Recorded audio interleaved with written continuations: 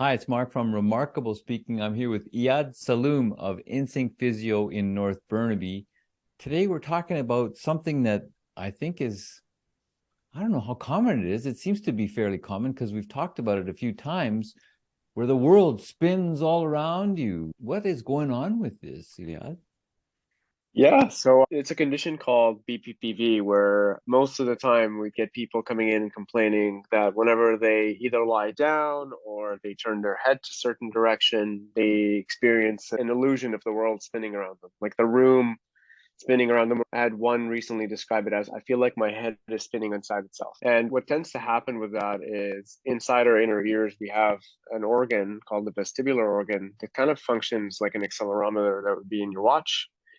It measures certain things, and your head uses it, your brain uses it to figure out what's happening with your head. So it can kind of code for different movements of your head.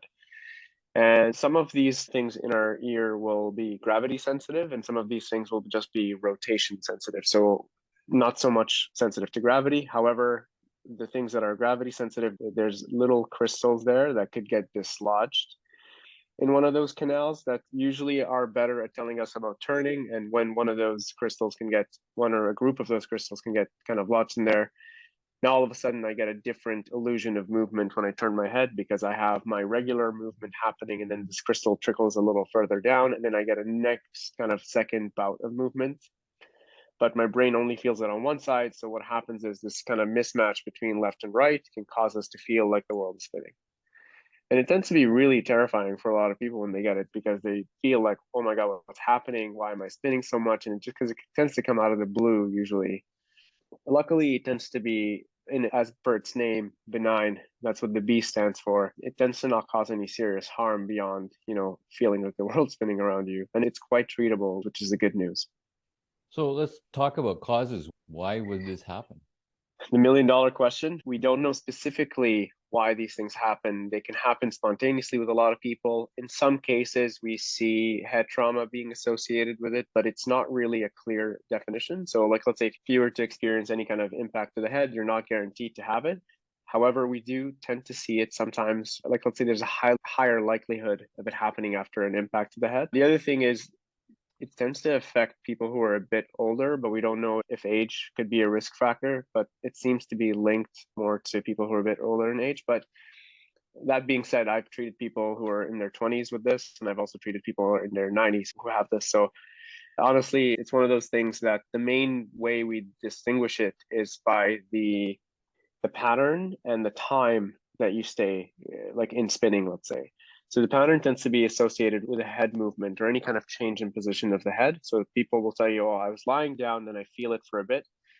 And it tends to last a short period of time. So like a couple of minutes would be as high as you would think. Most people tends to be about 30 seconds to 1 minute, and then it settles down and they kind of tend to stop and try to brace themselves to prevent more movement. As far as I guess on the biggest impact it would have is on your ability to do most things in life. Driving becomes a little interesting and walking up and down stairs where you have to move your head. So it tends to scare people a lot. And the whole reason I wanted to talk about this is we've had a few cases in the clinic where people go see their physicians, get diagnosed adequately with the condition, and they get advised, it tends to be phone consults for the most part, to try something called the Epley maneuver, which is the treatment that you could do it at home. It would affect about 70% of types of BPPV, so it won't really capture all of them.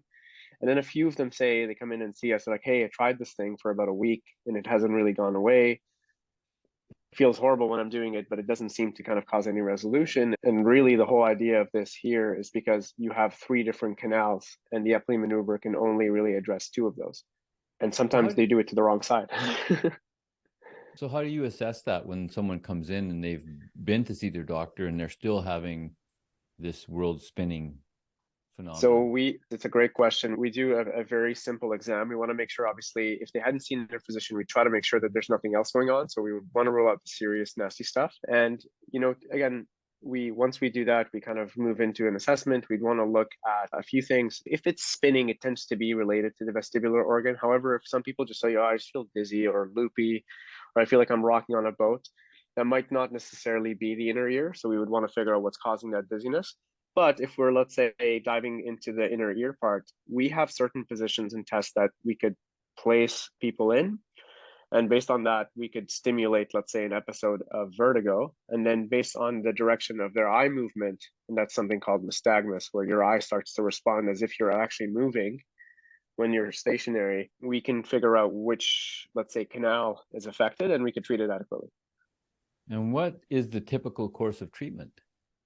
So usually we would do something called the canalith repositioning maneuver, which is a fancy word for saying is we try to move those crystals that are kind of free floating in those canals back to, we think it goes back to where they came from, but we maybe just think of it as just try to clear them out of that canal.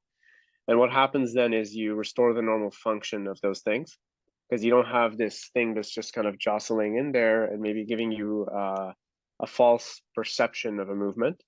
And Epley maneuver is considered one of those. But again, the Epley maneuver doesn't fix everything because it only addresses two canals of the three. And then sometimes we have a few other things we might do. The other thing that kind of tends to happen is that the Epley maneuver only works on a certain type of BPPV. So that's where we are able to, based on the direction of the eye movement and let's say the speed at which they get the symptoms, if you lay them down and within barely any time they start to get these different movements, and it might indicate that they have a different type of this BPPV, and we have different maneuvers that we could use to help restore that normality. And then some people will experience a small bit of kind of that residual, let's say, feeling off.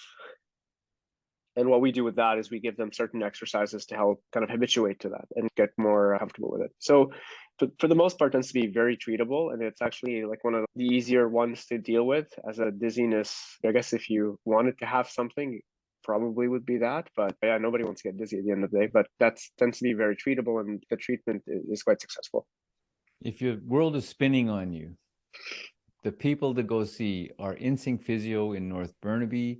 You can reach them on their website, insyncphysio.com, or you can give them a call at the clinic to book your appointment, 604-298-4878. You want physios who are trained specifically in how to treat this. Isn't just any physiotherapist. These are experts in how this works. Thanks, Iyad. Thanks, Mark.